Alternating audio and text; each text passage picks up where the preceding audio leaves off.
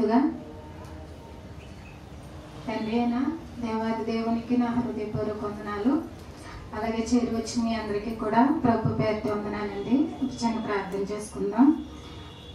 మహాపరిషుద్ధుడా, మహోన్నతుడా, సర్వోన్నతుడా, సర్వశక్తిమంతుడు అయినటువంటి మా కన్న తండ్రి, దేవ మీ ఘనమైన అతి పవిత్రమైన నామమునకు తండ్రి లెక్కింపలేని స్తుతులు స్తోత్రములు ప్రభా.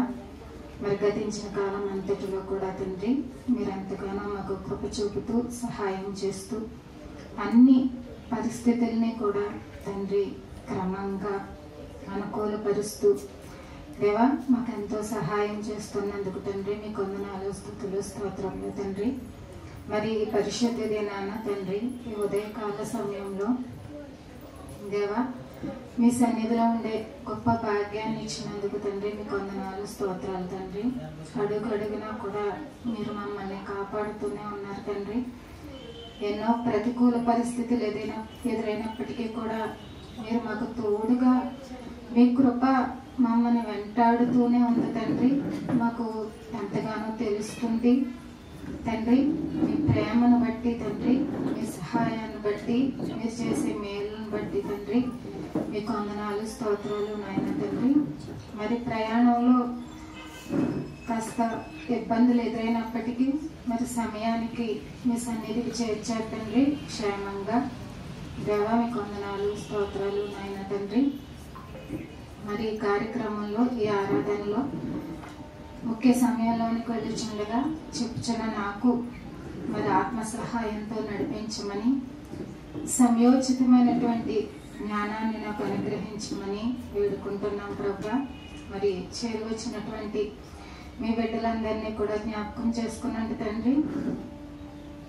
దేవా వాతావరణం అనుకూలించకపోయినా ఎంతో శ్రద్ధతో ఆరాధనకు వచ్చినటువంటి బిడ్డలందరిపై కూడా మీ కృప చూపండి, దయ చూపండి నాయన తండ్రి.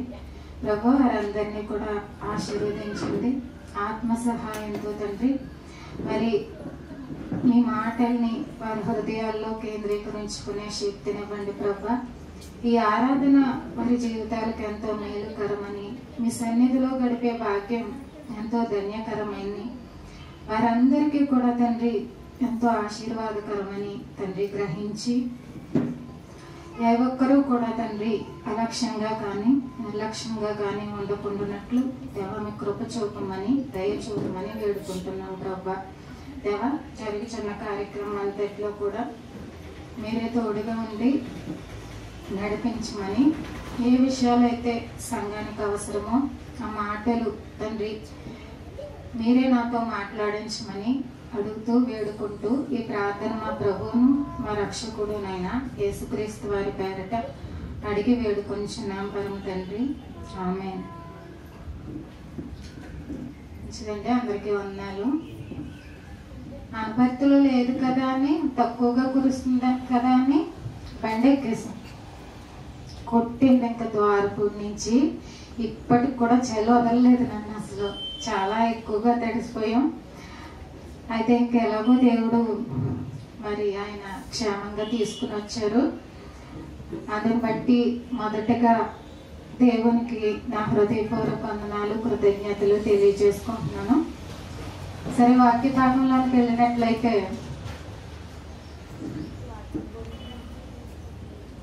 దేవుడు దయ ఉంటే ఇది జరుగుతుంది అంటే చాలా మన అసలు నమ్మకాలు ఏంటంటే, మన విశ్వాసం ఏంటంటే, ఏ విషయంలోనైనా సరే మనం ప్రయత్నం చేస్తాం కానీ తర్వాత చివరిగా అనే మాట ఏంటంటే, ఏమోనండి ట్రై చేస్తాం, మరి దేవుడు దయ ఉండాలి అది జరగాలంటే, దేవుడు దయ చూపాలి, కృప చూపాలి, ఆయన సహాయం ఉంటే గాని జరగదు ఆ పని అని అనుకుంటాం.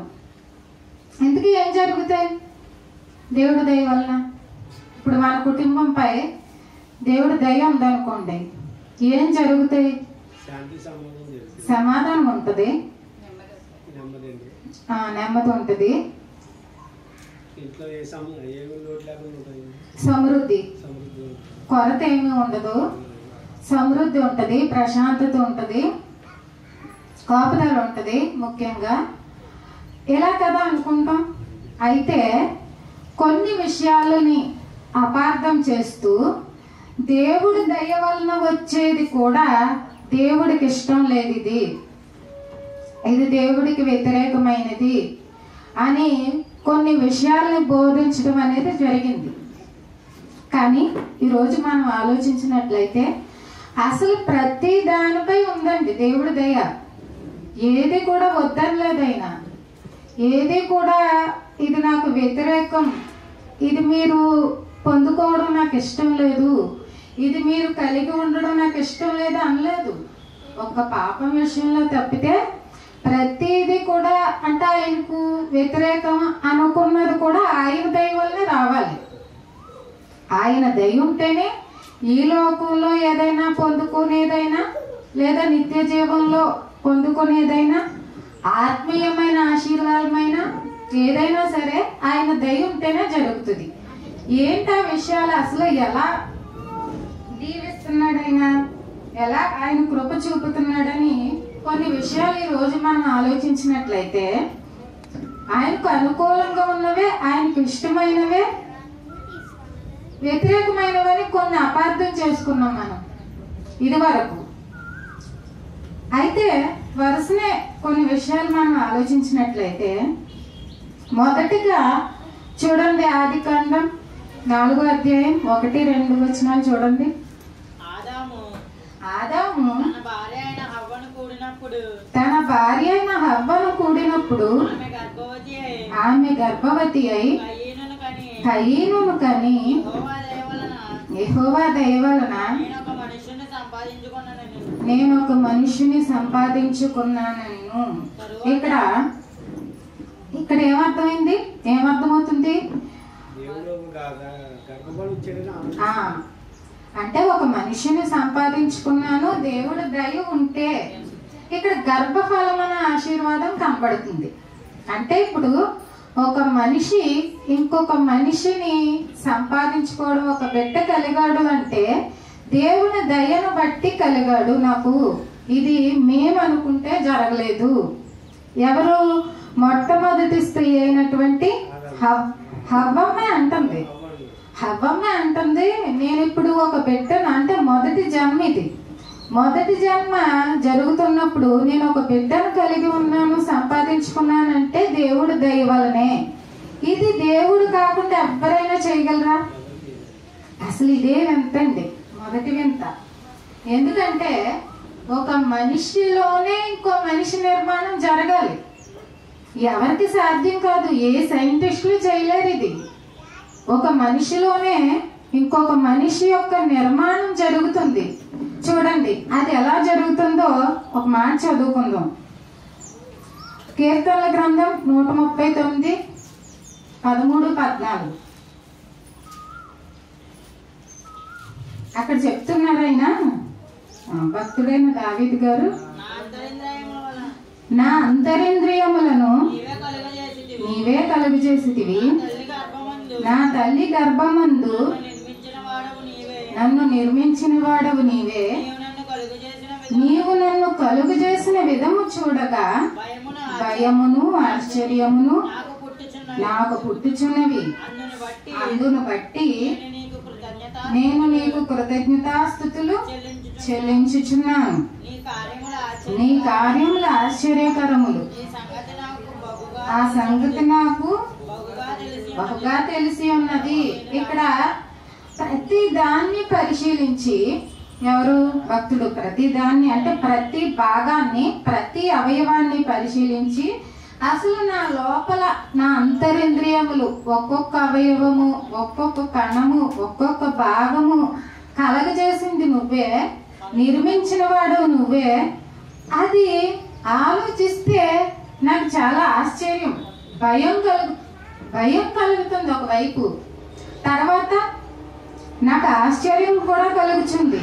ఇంత గొప్పగా ఎలా నిర్మాణం జరిగింది, ఎలా నిర్మించవు, అసలు ఈ కనెక్షన్ ఏంటి, ఈ లోపల మీకు తెలుసా, మనం నిద్రపోతున్నా సరే కొన్ని అవయవాలు అలా పనిచేస్తూనే ఉంటాయి. అవునండి, మన ప్రమేయం ఏమన్నా ఉంటుందా? ఉండదు. వాటి పని, ఆ లోపల ఉన్న ఇంద్రియాల పని, వాటి పని అలా చేస్తూనే ఉంటే మనం నిద్రపోతూనే ఉంటాం. ఆఖరికి మన బ్రెయిన్ కూడా ఆలోచిస్తుంది. అది ఎలా ఆలోచిస్తుంది? మీరు నిద్రపోయే ముందు చెడు ఆలోచనలు కానీ భయంకరమైన ఆలోచనలు కానీ పెట్టుకుంటే అది ఆ థాట్స్లోకి వెళ్తుంది. లేదు, ప్రశాంతంగా మంచి ఆలోచనలతోటి లేదా మంచి ఆశలతోటి మంచి వాటిని ఉపయోగిస్తే అది ఆనందకరమైన ఆలోచనలోకి వెళ్తుంది. అంటే ప్రశాంతతని మీకు ఇస్తుంది. అంటే ఒకటి అలజడులు సృష్టించాలన్నా, నెమ్మదిని కలిగి ఉండాలన్నా మీ ఆలోచనలో ఉంటుంది. దాన్ని బట్టి అది ప్రతిస్పందిస్తుంది. మన ఆలోచనలు మనం గుర్తు చేసుకునే విషయాలను బట్టి. తర్వాత ప్రతి ఇంద్రియం ఉంది కదా లోపల ఉన్నవి. మనం శరీరాన్ని పై భాగాల్ని అంటే పై రూపాన్ని శుభ్రం చేయగలం, కానీ లోపల ఏం జరుగుతుందో ఏమన్నా తెలుసా? ఎవ్వరికి తెలియదు. కానీ మీకు విషయం తెలుసా? వాటిని అవే శుభ్రం చేస్తాయి, వాటిని అవే శుద్ధి చేస్తాయి, వాటిని అవే బాగు చేసుకుంటాయి కూడా. అందుకనే ప్రతిసారి కూడా చాలా మంది గాయం తగిలినప్పుడు వెంటనే హాస్పిటల్కి వెళ్ళి ఏమీ చూపించేసుకోలేరు అందరిలాగే. వాటిని కొన్నింటిని అంటే పై తగిలే వాటిని ఏదో పసుపు రాసుకునో కొద్దిగా పై వాళ్ళ ఇంట్లో ఉన్న దాంతో పెట్టుకుంటారు. దాన్ని అదే ఎలా రిపేర్ చేసుకుంది? అదేనండి ఆ గొప్పతనం. దేవుడు అలా కలగజేశాడంటే వీటికి రిపేర్ చేసుకునే శక్తి ఉంది. చిన్న వాటికి, చాలా వాటికి రక్తాన్ని ఇదే శుద్ధి చేసుకుంటుంది, వాటర్ని ఇదే శుద్ధి చేస్తుంది, మనం తీసుకున్న ఆహారాన్ని ఇదే శుద్ధి చేస్తుంది, వేస్ట్ని బయటికి పంపిస్తుంది. ఇదంతా ఒక సిస్టమేటిక్ గా ఒక మెషిన్ లాగా ఎప్పుడు 24 hours ఇలా పనిచేస్తూనే ఉంటుంది. దీన్ని నేను అర్థం చేసుకుంటుంటే, దీన్ని నేను ఆలోచిస్తూ ఉంటే చాలా భయం కలుగుతుంది, ఎంత ఆశ్చర్యం కూడా కలుగుతుంది. దీంట్లో ఏ ఒక్క నరం తేడా చేస్తాడు అనుకోండి దేవుడు, ఎందుకంటే నిర్మించింది ఆయనే కదా. ఒక్క నరం, ఒక బ్రెయిన్ లో నరం తేడా పెట్టేసాడు అనుకోండి, ఏం జరుగుద్దో తెలుసా? పిచ్చోళ్ళ బతకాలి చివరి వరకు కూడా మతి స్థిమితం లేకుండా. అంటే ఒక్క రాంగ్ కనెక్షన్ పెడితే చాలు దేవుడు. మన మీద కోపం ఉందనుకోండి, మనకి అంతే అనకూడదు ఈ మాట. మనకి ఇచ్చే బిడ్డల్లో ఒక్క రాంగ్ కనెక్షన్, ఒక్క మిస్టేక్ చేసాడు అనుకోండి, వాళ్ళకి చాకరీ చేస్తూ వాళ్ళని అలా చూస్తూ జీవితాంతం అనుభవించాలి. ఈరోజు ఆరోగ్యంగా ఉన్న బిడ్డలు కలిగిన మీరందరూ కూడా దేవుని దయను పొందుకున్న వాళ్ళే. మనస్ఫూర్తిగా కృతజ్ఞతలు చెప్పేయండి. ఎందుకంటే అక్కడ అమ్మాయ అబ్బాయి అనేది కాదు, ఒక్క కణం కూడా తేడా లేకుండా, ఒక్క నరం కూడా తేడా చేయకుండా, ఒక్క కనెక్షన్ కూడా అంటే కొద్దిగా కనెక్షన్ అవ్వకుండా, డిస్కనెక్ట్ అవ్వకుండా, పూర్తిగా నిర్మాణంలో ఏ తేడా లేకుండా, ఏ లోపం లేకుండా చేసి నీకు ఇచ్చేసాడు. ఇది చాలా దయ పొందుకున్నాం మనం దేవుడి దగ్గర నుంచి. నిజంగా కొంతమంది పిల్లల విషయంలో చూడండి, జెనెటిక్ ప్రాబ్లమ్స్ అంటారు, మతి స్థిమితం ఉండదు, వాళ్ళకి ఆరోగ్యం ఉండదు, అప్పుడప్పుడు మూర్ఛలు పడిపోతూ ఉంటారు. తల్లిదండ్రులకి ఎంత వేదనో తెలుసు, అది లైఫ్ లాంగ్ బాధపడుతూ ఉంటారు. వాళ్ళకి ఎప్పుడూ ఒక మనిషి దగ్గర ఉండాలి, చాకరీ చేస్తూ ఉండాలి. పోనీ వాళ్ళు ఏమన్నా ఇంత చేసినా, పోనీ వెనకాతల వాళ్ళు ఏదో బాధపడి ప్రేమ కొద్దీ చేసినా, వాళ్ళకేమన్నా లైఫ్ని అనుభవించే ఫీల్ ఉంటుందా? అందరితో ఆడగలరా? అందరితో తిరగగలరా? అందరిలాగా చదువుకోగలరా? అందరిలాగా తినగలరా? లేదండి. ఈ శాపం ఇవ్వలేదు మనకి. మనం గుర్తించాలి, ఇది దేవుడి దయ. ఆరోగ్యవంతమైన బిడ్డలు ఉన్నారా? మీరు వెంటనే ప్రతిరోజు దేవుడికి కృతజ్ఞతలు చెప్పినా పర్వాలేదు. ఎందుకంటే ఆనందాన్ని ఇచ్చారు దేవుడు. ఇలాంటి బాధలు మనకి ఇవ్వలేదు, అలాంటి స్థితి మనకి ఇవ్వలేదు. మనం నిజంగా ధన్యులమే. ఇది తర్వాత ఇంకోటి కూడా చూద్దాం. సంఖ్యాకాండం 18:7 చూడండి.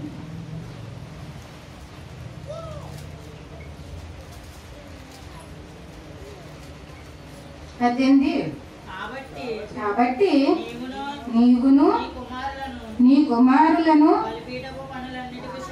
బలిపీఠపు పనులన్నింటి విషయంలోనూ అడ్డతెర లోపలి దాని విషయంలోనూ యాజకత్వం జరుపుచు సేవ చేయవలెను. దయచేతనే మీ యాజకత్వపు సేవ నేను మీకు ఇచ్చి ఉన్నాను. అన్యుడు సమీపించిన ఎడల మరణ శిక్ష నందును.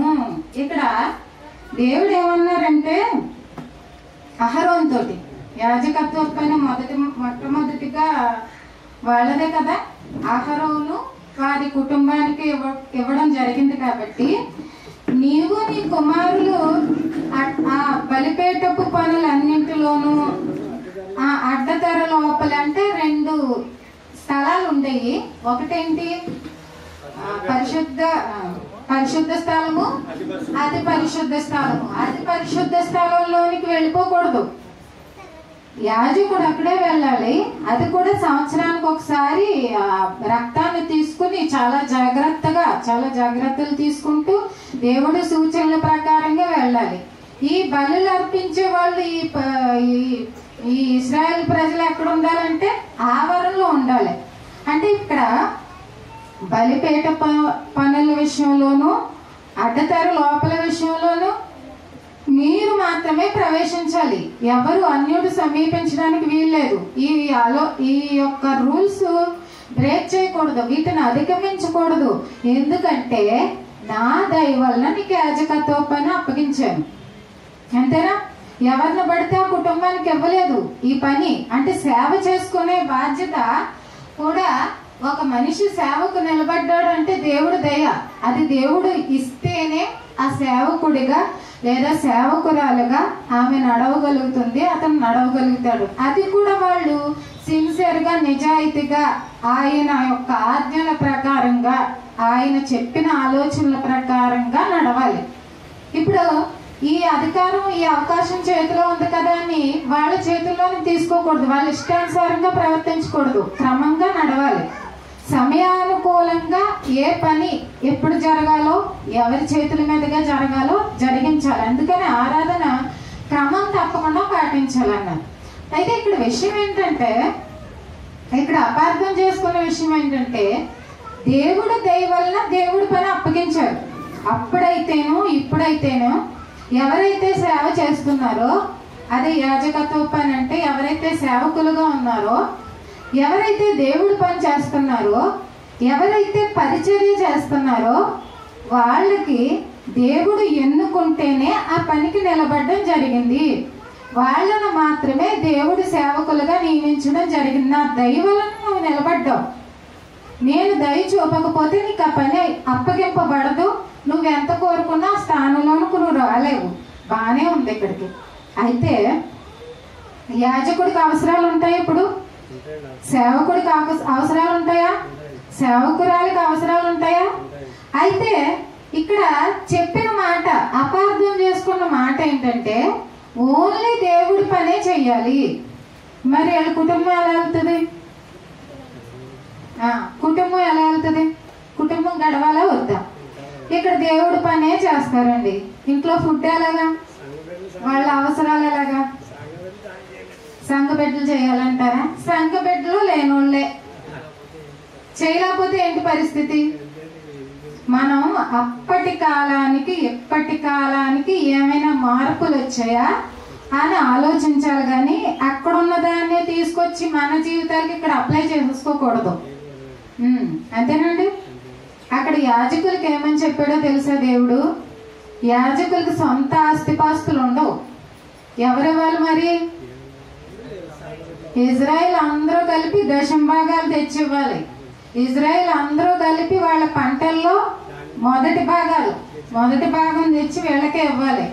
ఇజ్రాయెల్ అందరూ కలిపి పిండి వంటలు అంటే వాళ్ళకి ఏమైతే పశువులు ఉన్నాయో లేదా పంటలు ఉన్నాయో మొదటి ఫలాలన్నీ తెచ్చి యాజకులకు ఇవ్వాలి. ఇప్పుడు అలా ఉందా రూలు? లేదు. ఇప్పుడు విశ్వాసులు కూడా లేనోళ్ళేనండి అనుకుందాం కాసేపు. విశ్వాసులు కూడా అంతంత మాత్రమే. ఇప్పుడు మీరు తెచ్చి వీళ్ళని పోషించండి అంటే అవుతుందా? మరి కుటుంబానికి ఎన్నో అవసరాలు ఉంటాయి. ఇక్కడే మనం రాంగ్ స్టెప్ వేస్తున్నాం. ఓన్లీ దేవుడి పనే చేయండి, ఓన్లీ దేవుడి పనే చేయండి. దేవుడి పని చెయ్యొచ్చండి, కరెక్టే.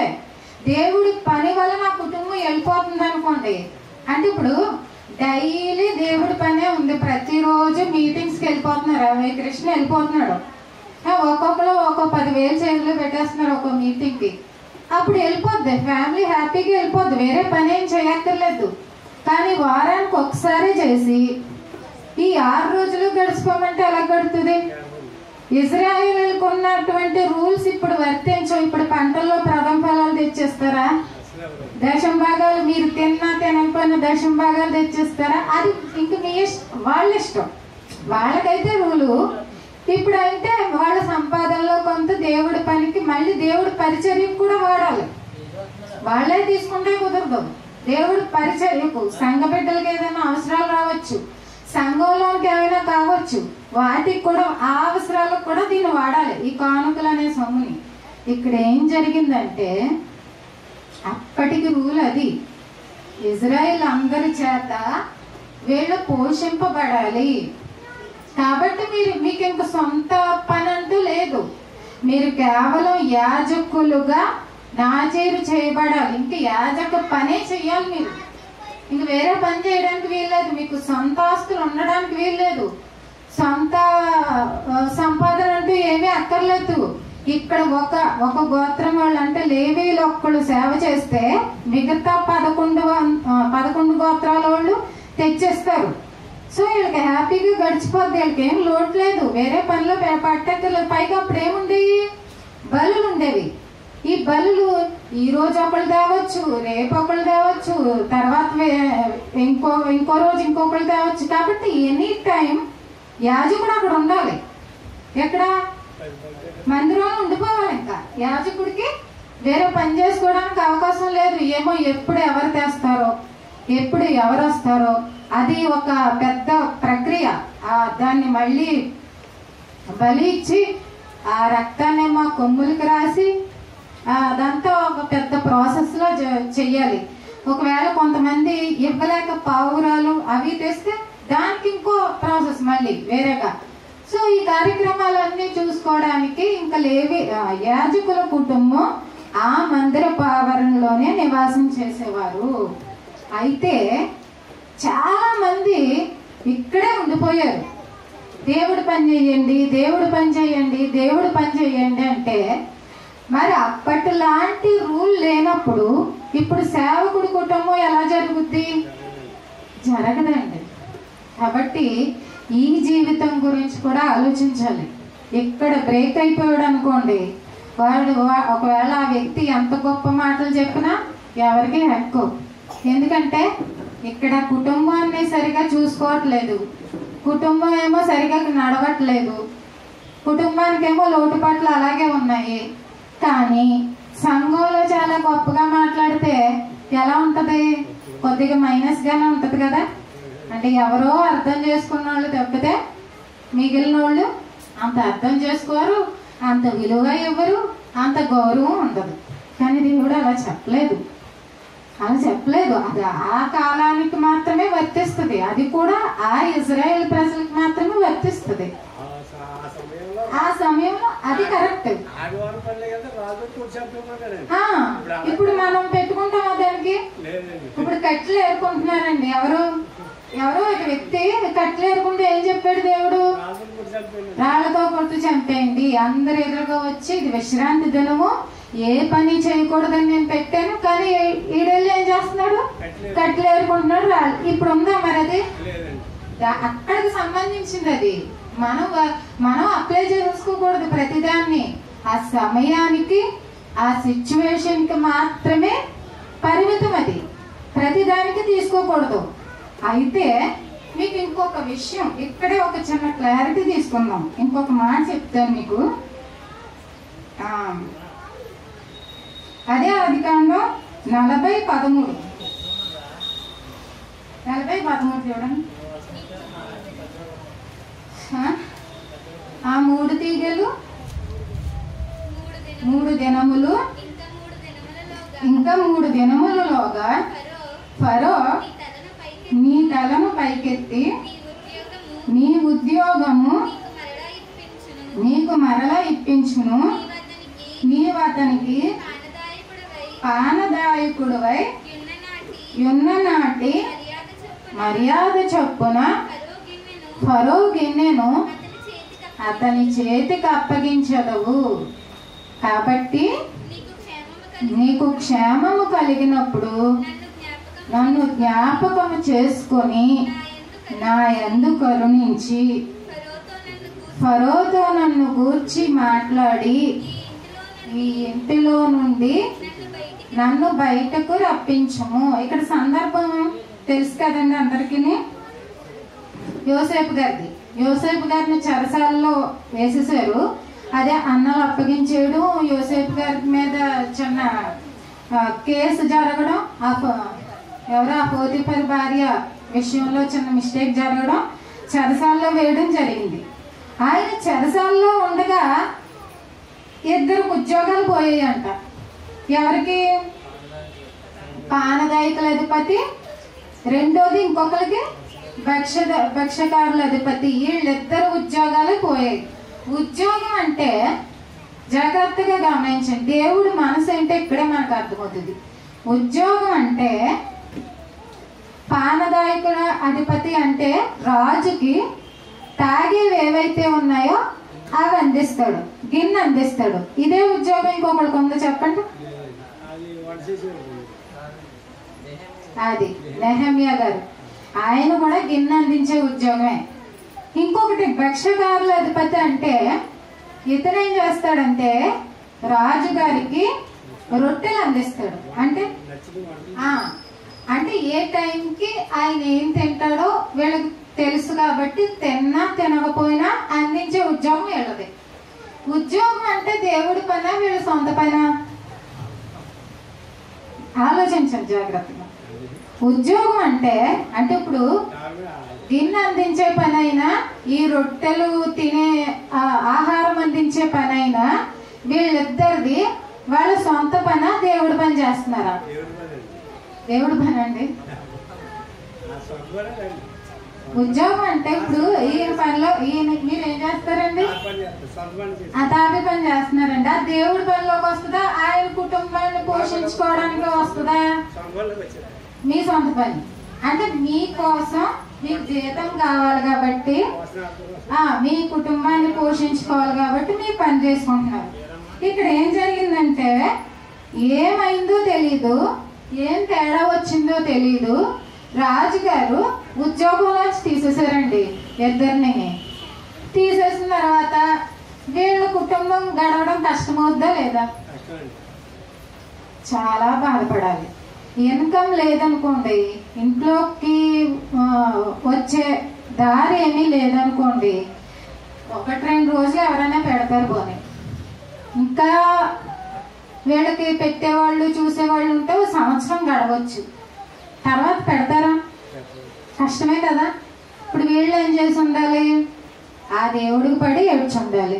అయ్యో నా ఉద్యోగం నాకు మళ్ళీ వస్తే బాగుండు, నా పని నాకు వస్తే బాగుండు, నా పరిస్థితి బాగోలేదు, ఆర్థిక పరిస్థితి ఇంకా పడిపోతుంది, నాకు ఎలా నిలబడాలి, నాతో పాటు నా కుటుంబం కూడా సఫర్ అవుతుంది కదా, నేను ఇప్పుడు ఎలా ముందుకెళ్ళాలన్న దేవుడికి చాలా రోజులు ఏడ్చి ఉండాలి. అంటే ఏ దిక్కు లేనప్పుడు దేవుడే గుర్తొస్తాడు ఆటోమేటిక్గా. అప్పుడు దేవుడు ఏం చేశాడంటే ఒక కళ భావంలో, ఒక దర్శన భావంలో వాళ్ళకు ఒక కళ వస్తుంది. ఆ భావాన్ని తెలిపే ప్రతిభ ఎవరికి ఉంది? యోసేపు గారికి ఉంది. యోసేపు గారి దగ్గరకు వచ్చి నాకు ఎలా కళ వచ్చింది, ఆ కళ అంతా చెప్తారులేండి. పైన గంప పెట్టుకోవడం, ఒక ఆకులు ఎత్తుకోవడం, ఇలా జరిగింది, ఏంటి దీని అర్థం అని అంటే అప్పుడు యోసేపు గారు ఏమంటారంటే టోటల్గా ఫైనల్గా ఏమంటారంటే నీ ఉద్యోగం నీకు వచ్చేస్తుంది మళ్ళీ. అంటే నీవు కోల్పోయిన పని నీకు వచ్చేస్తుంది. అది ఎందుకు పోయిందో మనకి చెప్పలేదు బైబిల్లో, కానీ 2 ఉద్యోగాలు పోయాయి అక్కడ. అయితే ఒకళ్ళకి వస్తుంది, ఇంకొకరికి రాదు. నీకు వస్తుంది. ఎవరికి? ఈ పానదాయకుడికి వస్తుంది. కాబట్టి నువ్వు రాజు దగ్గరికి వెళ్తావు కదా, మళ్ళీ నువ్వు రాజుకి గిన్నె అందిస్తావు కదా, అప్పుడు నన్ను ఒక్కసారి జ్ఞాపకం చేసుకో అంటాడు. అయితే ఇక్కడ ఒక విషయం అండి, దేవుడికి తన కుటుంబాన్ని నడుపుకొని తన కుటుంబాన్ని పోషించుకునే పని చేసుకోవడం ఇష్టం లేదనుకోండి, పోయిన ఉద్యోగాన్ని ఇస్తాడా? మరి ఇది కూడా దేవుడి దయ వలన వచ్చిందే. అసలు పనే ఇవ్వకుండా కాదు, ఏ నిమిత్తమైనా మీరు నష్టపోయినా, మీరు కోల్పోయినా, మీరు పోగొట్టుకున్నా మళ్ళీ మొరపెడితే కృప చేత దయ చేత ఇచ్చాడండి దేవుడు. వద్దనలేదు. నా పని తప్పించి నువ్వు ఇంకే పని చెయ్యొద్దు అని చెప్పలేదు, దయ చూపించాడు. వాళ్ళ కుటుంబం ఇబ్బంది పడుతుంటే, కష్టాల పాలవుతుంటే, ఒకవేళ ఏ తప్పు చేసి ఉద్యోగం కోల్పోయాడో దాన్ని కూడా క్షమించి ఇచ్చినట్లే కదా. మరి అంత గొప్ప మనసు ఉన్న దేవుడికి మీరు ఆయన చూసుకుంటాడులే, మీరు మాత్రం దేవుడి పని చేస్తూ వెళ్ళిపోండి అని గుడ్డిగా చెప్పడం ఏమన్నా కరెక్ట్ అంటారా? కరెక్ట్ కాదండి. మీరు ఇక్కడ జీవితం గురించి కూడా ఆలోచించాలి, కరెక్ట్గా ప్లాన్ చేయాలి, కరెక్ట్ మీకు చేయగలిగిన పనిలో మీరు సెట్ అవ్వాలి. అసలు ఇక్కడ పోగొట్టగలిగిన దాన్ని తిరిగిచ్చాడు దయచేత. ఉన్నదాన్ని ఎందుకు పోగొట్టుకోమంటాడు? ఉన్నదాన్ని ఎందుకు చేయొద్దు అంటాడు? మీకు సమర్థత ఉన్నప్పుడు ముందుకెళ్ళమంటాడు, కానీ కట్ చేసుకోమని ఎందుకు చెప్తాడు? ఈ మాటలు కొన్ని మాటలు అపార్థమయ్యాయి, అర్థం కాలేదు. అర్థం కాక ఏవేవో చెప్పేశారు అంతే. ఆ ఫాలో అయిన వాళ్ళలో మేము కూడా ఉన్నాం. ఏవేవో ఫాలో అయిపోయామంతే, వినేసామంతే. నిజానికి దేవుడు ఏది కోల్పోమని చెప్పలేదండి, ఏది పోగొట్టుకోమని కూడా చెప్పలేదు, ఏది వదులుకోమని చెప్పలేదు. నిజానికి ఆ సమర్థత ఉందంటే అది కూడా దేవుడిచ్చిందే. దేవుని కృతజ్ఞతలు చెప్పుకుంటే ఇంకా ముందుకెళ్ళిపో. ఇక్కడ ఉద్యోగం అంటే యాజకత్వపు పని దేవుడి దయ వలన వచ్చిందే. ఈ లోకంలో నువ్వేదో చేస్తున్నావంటే దేవుడి దయ వలన చేస్తున్నావు. నువ్వు నష్టపోయినా నిలబడ్డావంటే మరలా ఆయన దయ ఉంది కాబట్టి నిలబడ్డావు. నువ్వు కోల్పోయినా మరలా సెట్ అయ్యావంటే ఆయన దయ చూపించాడు కాబట్టి సెట్ అయ్యావు. కాబట్టి ఈ విషయంలో కృతజ్ఞతలు చెప్పాను దేవుడికి. ఎవరైతే పడిపోతున్నారో, ఎవరైతే తప్పిపోతున్నారో, ఎవరైతే నష్టపోయారో మళ్ళీ చిగురింప చేస్తున్నాడు చూడు, అది దేవుడి దయ వలన పొందుకున్నారు, దేవుడి దయ వలన నిలబెడుతున్నాడు, దేవుడి దయ వలన మరలా నిన్ను సెటిల్ చేశాడు. ఇది దేవుడి దయ, ఇది దేవుని మనస్సు, ఇది దేవుని కృప. తర్వాత ఇంకా ఏమిస్తాడు?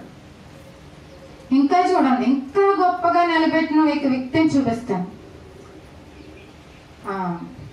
2వ దినవృత్తాంతాలు 9:8.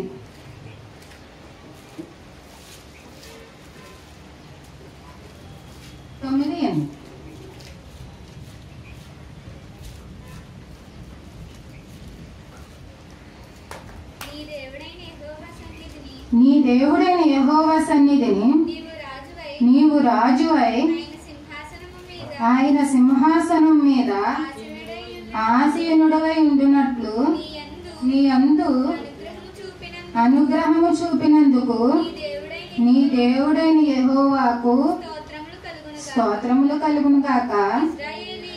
ఇశ్రాయేలీయులను నిత్యము స్థిరపరచవలనన్న దయాలోచన నీ దేవునికి కలిగి ఉన్నందున నీతి న్యాయములు జరిగించుటకై ఆయన నిన్ను వారి మీద రాజుగా నియమించెను అని చెప్పాను.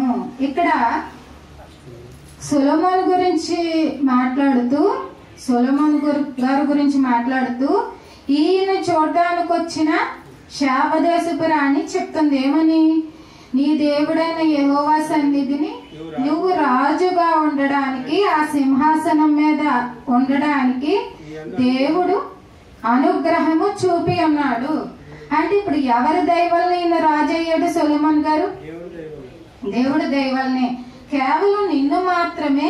చూడండి కింద ఉంటుంది దయాలోచన, అంటే దేవుడికి నీపై దయ ఉంది, నిన్ను రాజుగా చేయాలన్న ఒక ఆలోచన ఉంది. ఇప్పుడు రాజు అంటే అధికారమా కాదా?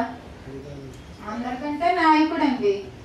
నాయకుడిగా నిన్ను ఒక లీడర్గా, ఒక నాయకుడిగా ప్రజలందరినీ పరిపాలించే ఒక ఉన్నతమైన స్థానంలో పెట్టాలన్న ఆలోచన ఎవరిది? దేవుడిది. అంటే ఇప్పుడు నీకు 2 పనులు ఉన్నాయి. ఒకటి, నీ కుటుంబాన్ని నువ్వు నడిపించుకోవడమే కాదు, నిన్ను ఒక అధికారిగా నిలబెట్టాడు. అంటే నిన్ను ఒక నాయకుడిగా నిలబెట్టాడు, నిన్ను ఒక లీడర్గా నడిపిస్తున్నాడు. అంటే దేవుడి యొక్క దయాలోచన ఏంటంటే నువ్వు మాత్రమే నీ ప్రజల్ని ఇజ్రాయేలీలందరినీ నిత్యము అంటే ఒక మంచి మార్గంలో నువ్వు మాత్రమే నడిపించగలవు. అంటే ఇక్కడ ఏం పని చేస్తున్నాడు ఈయన? ఒకటి, దేవుడు పని చేస్తున్నాడు. 2, ఈ లోకంలో ఒక అధికారిగా ప్రజలందరినీ కూడా సక్రమమైన మార్గంలో నడిపించే పరిపాలకుడిగా కూడా ఉన్నాడు. అంటే ఉద్యోగం ఇచ్చాడు.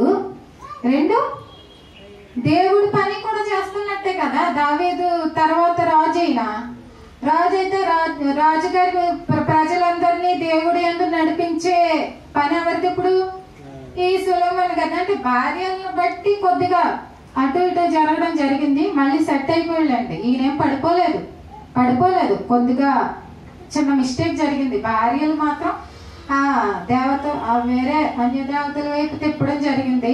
సెట్ అయ్యాడు కాబట్టి మరలా మనకి ప్రసంగి గ్రంథం రాయడం జరిగింది. ఈయనకు చూడండి 2 పనులు అప్పగించాడు, 2 నిలబెట్టాడు. ఒకటి, ప్రజలకి నాయకుడుగా, అంటే ప్రజలందరినీ నువ్వైతేనే క్రమంగా నడిపించగలవు, నా కట్టడల అనుసరించి, నా ఆజ్ఞల ప్రకారంగా, నా విధులు ఏంటో నీకు తెలుసు. ఎందుకంటే అందరికంటే జ్ఞానం ఎవరు? ఈ సొలొమోను గారే. నువ్వు మహాజ్ఞాని, ఆ జ్ఞానాన్ని అనుగ్రహించింది కూడా దేవుడు ఆయన వేడుకుంటే. కాబట్టి నువ్వు జ్ఞానవంతుడివి, నీకు నాయకుడి లక్షణాలు ఉన్నాయి, నువ్వు అధికారిగా కొనసాగగలవు, నువ్వు పరిపాలన చేయగలవు, ప్రజల్ని చక్కగా ఒక క్రమ పద్ధతిలో మంచి మార్గంలో నువ్వు నడిపించగలవు అనే నమ్మకం కలిగి నిన్ను దేవుడే పెట్టాడయ్యా. నిన్ను దేవుడే నిలబెట్టాడు. ఒక లీడర్గా చేశారు, ఒక అధికారిగా చేశారు, ఒక రాజుగా నిలబెట్టారు. అంటే ఈయనకి ఈ లోకంలోనే ఉద్యోగం వచ్చింది, తర్వాత దేవుడిలో కూడా ఉద్యోగం ఉంది. ఇప్పుడు దేన్ని వ్యతిరేకించాడు దేవుడు? 2 ఆశీర్వాదం పొందుకున్నాడు ఈయన. 2 రకాలుగా దీవింపబడ్డాడు దేవుడి చేత, 2 రకాలుగా ఎన్నుకోబడ్డాడు. ఇప్పుడు ఇది వద్దనలేదు ఈ లోకం. ఇప్పుడు అది కోరుకున్నారనుకోండి, ఈ అధికారాలు వదిలేసుకోవాలి, ఇక్కడ పేరు ప్రఖ్యాతులు వదిలేసుకోవాలి, ఇక్కడ ఎన్నికల జీవితమే బ్రతకాలి, ఇక్కడంటూ నీకు గుర్తింపు లేదు అనే మాటలు వర్తిస్తాయి. ఇప్పుడు అస్సలు వర్తించు. ఎక్కడ కూడా గుర్తింపు ఉంది ఈయనకి, ఎక్కడ కూడా అధికారంలో ఉన్నాడు ఈయన, ఎక్కడ కూడా నాయకుడిగా వెళ్తున్నాడు. తర్వాత నిలబెట్టిందే దేవుడు. ఇప్పుడు దేవుడి పనిలో కూడా ఉన్నాడు. దేవుడి పనే ఏంటి? ప్రజలను నడిపించాలి. నువ్వైతే ఒక నువ్వు జ్ఞానవంతుడివి, నువ్వు చాలా ధైర్యవంతుడివి, కాబట్టి నువ్వు చాలా చక్కగా వివేకంతో ప్రజల్ని క్రమమైన మార్గంలో నడిపించగలవు. ఆ ఆలోచన దేవుడు కలిగి నిన్న ఆ స్థానంలో నిలబెట్టాడు. ఇప్పుడేమందాం మరి? ఇష్టం లేనప్పుడు 2 ఇవ్వడు కదా. దేవుడి పని ఇవ్వడు, ఈ లోక పని ఇవ్వడు. కానీ నీకు నిజంగా నచ్చేస్తే, నీ యథార్థత బాగుంటే, నీకు దేవునితో ఉన్న సహవాసం బాగుంటే, సాన్నిహిత్యం బాగుంటే, 2 నడుస్తావు. నీకు ఎక్కడ గుర్తింపు ఉంటుంది? దేవుడి దగ్గర గుర్తింపు ఉంటుంది. మర్చిపోకండి. దేవుడికి ఏది ఇక్కడ నువ్వు నీకు అసలు ఏమి ఉండకూడదు, విలువ ఉండకూడదు. నా కోసం రావాలంటే నువ్వన్నీ వదులుకునే రావాలి. దాని అర్థమే వేరండి. నేను ఉపేక్షించుకోవాలంటే కొన్ని సమయాలలో కొన్ని వాటిని వదులుకోవాల్సి వస్తుంది. ఆ త్యాగానికి సిద్ధపడి ఉండాలి. అంతేగాని ఇంక మొత్తం కోల్పోమని, నీ ఉనికి కోల్పోమని కాదు. అసలు నిన్ను గొప్ప చేసేది దేవుడు, నిన్ను గణపరిచేదే దేవుడు, నిన్ను ఒక పొజిషన్లో ఒక మంచి స్థితిలో నిలబెట్టేదే దేవుడు.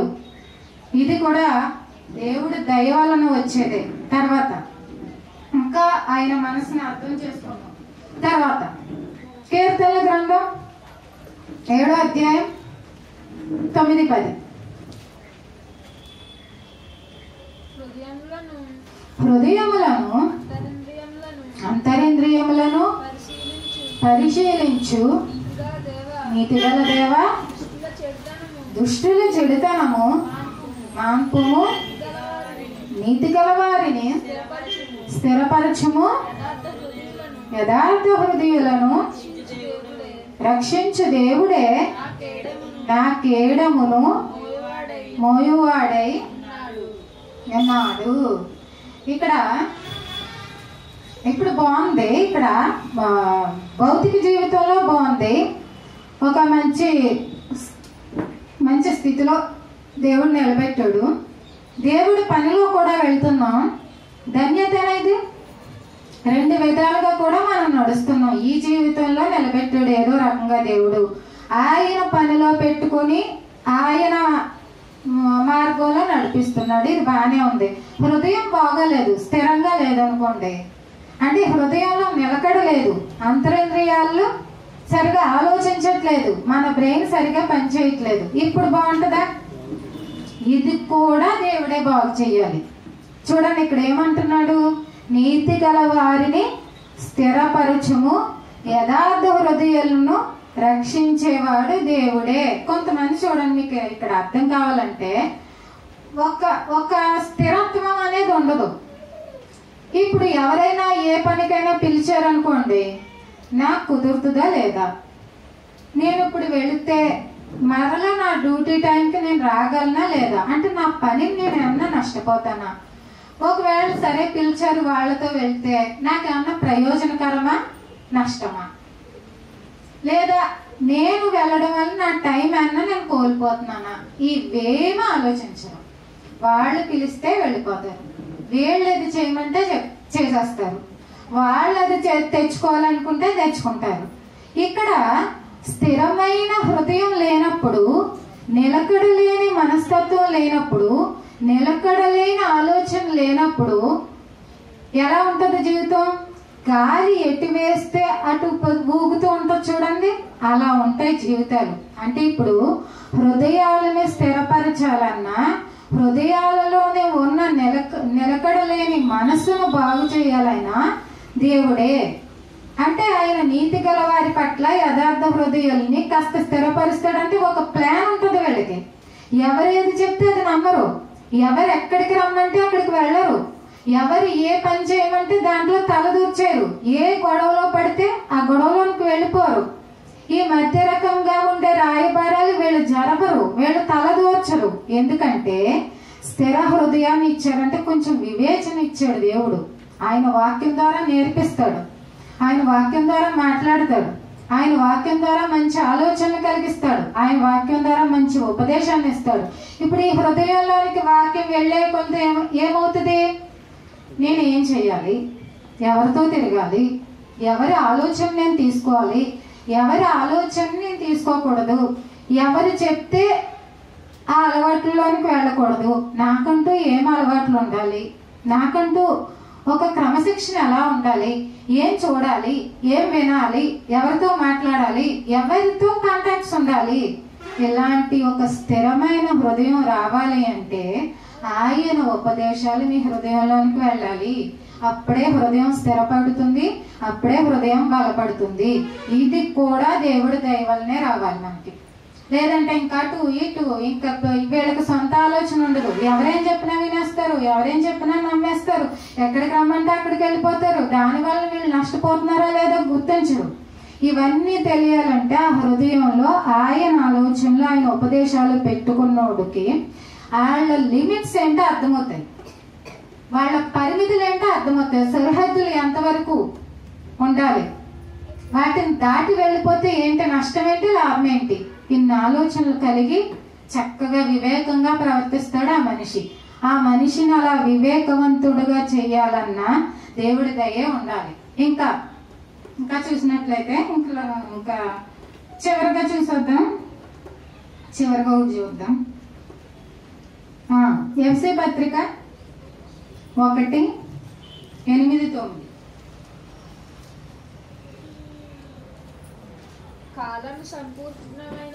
కాలము సంపూర్ణమైనప్పుడు జరగవలసిన ఏర్పాటును బట్టి ఆయన తన దయా సంకల్పము చొప్పున తన చిత్తమును గూర్చిన మర్మమును మనకు తెలియజేసి మనకు సంపూర్ణమైన జ్ఞాన వివేచన కలుగుటకు ఆ కృపను మన ఎడల విస్తరింపచేసెను. ఇక్కడ కాలం సంపూర్ణమైనప్పుడు జరగవలసిన ఏర్పాటు ఏదో జరిగిపోయింది. కాలం సంపూర్ణమైనప్పుడు ప్రభువు రావలసి ఉన్నది, ప్రభువు సెలవుకి వెళ్ళవలసి ఉన్నది, ప్రభు ప్రాణం ఇవ్వవలసి ఉన్నది. ఈ కార్యక్రమం అంతా కూడా ఏ కాలంలో ఏ టైంకి ఎవరి పరిపాలనలో ఎలా జరగాలో అదంతా జరిగిపోయింది. ఇప్పుడు ఏం చేశాడంటే ప్రభు ఏ త్యాగం చేయాలో జరిగిపోయింది. ఇప్పుడేం చేశాడంటే దయ వలన, అంటే ఆ దయా సంకల్పం వలన ఆ మర్మాన్ని దేవుడి చిత్తమును కూర్చిన మర్మాన్ని, అంటే దేవుడు అసలు మనల్ని ఎందుకు పుట్టించాడు, ప్రభువుని ఎందుకు ఈ లోకానికి పంపించాడు, ప్రభు ఎందుకు ప్రాణం ఇవ్వాల్సి వచ్చింది, ఇవన్నీ చాలా మందికి అర్థం కాలేదు. కానీ ఎవరిపై అయితే ఆ దయ ఉన్నదో వాళ్ళు మాత్రం గ్రహించారు. చూడండి, అంటే ఇక్కడ ఉన్నోళ్ళకి అర్థమైంది కాబట్టే కదా వచ్చారు. అలాగే మందిరాలు ఈ రోజు తెరుచుకున్న మందిరాల్లో వచ్చి చేరిన వాళ్ళందరికీ జ్ఞాన వివేచన ఉంది. జ్ఞాన వివేచన కలుగునట్లు తన కృప చూపాడంట. అంటే ఇప్పుడు ప్రభువు వచ్చిన విషయం కొందరికి అర్థమైంది, కొందరు వినట్లేదు, కొందరికి అర్థం కాలేదు. ఇది అర్థం కావాలన్నా ఆయన దయా సంకల్పం ఉండాలి. ఇది తెలియాలైనా ఆయన దయ ఉండాలి. ఇది అర్థం చేసుకుని ఒక మనిషి దేవుడి సన్నిధికి రావాలన్నా, దేవుడి సన్నిధిలో కూర్చోవాలన్నా, దేవుడి సన్నిధిలో నిలబడాలన్నా ఆయన సంకల్పం, ఆయన దయ ఉంటేనే ఆ జ్ఞానం అనేది ఆ హృదయం తీసుకుంటుంది. లేదంటే వెరితనంగానే ఉంది. ఒకసారి ఇంకో మాట చూద్దాం. 1 కొరింథీ 1:21. 1 కొరింథీ 1:21 చూడండి.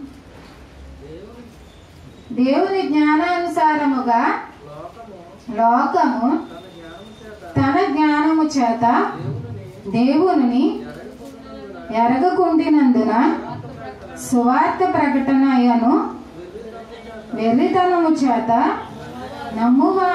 నమ్మువారిని రక్షించుట దేవుని దయాపూర్వక సంకల్పమాయను. ఇప్పుడు లోకం అనుకుంటుందంట తాను చాలా జ్ఞానవంతులము, తనకు చాలా జ్ఞానం తెలుసు అని.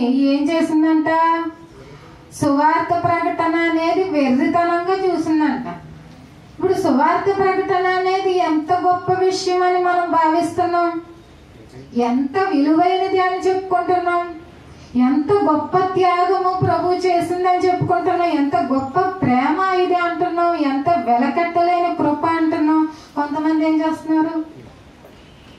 వెర్రితనంగా చూస్తున్నారు కదా. వీళ్ళకి పని పాట ఏమీ లేదా, ప్రతిసారి ప్రభు అంటారు, బైబిల్ పట్టుకు తిరుగుతారు అంటున్నారు కదా. ఇదే సువార్త ప్రకటన వాళ్ళ దగ్గరికి వెళ్ళేసరికి మీ దేవుడు ఏం గొప్ప, చచ్చిపోయాడు, చివరికి వచ్చేసరికి తనను తానే రక్షించుకోలేకపోయాడు అని అనుకుంటున్నారు తప్పితే అది ఒక దయా సంకల్పంతో, నీపై దయతోటే చనిపోయాడు ఆయన, నీపై ఉన్న ప్రేమతోటే ఆయన చనిపోయాడు అని అర్థమైందా?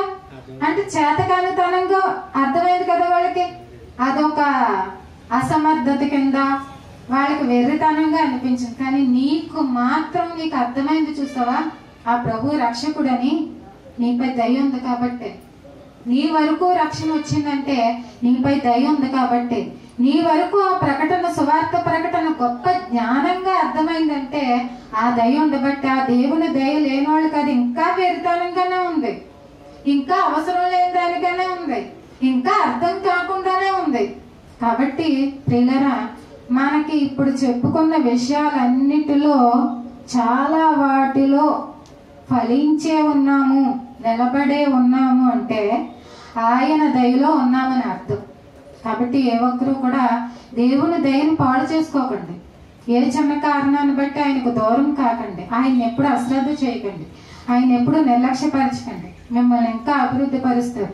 అసలు దేవుడి సన్నిధిలో ఉండడమే గొప్ప ధన్యత. చాలా మందికి ఆవరణ తొక్కుటకు నీకేంటి పని, నా ఆవరణలో నిన్ను ఎవరు పిలిచారని గద్దిస్తాడు. ఆ మాట వింటే భయం కలుగుతుంది.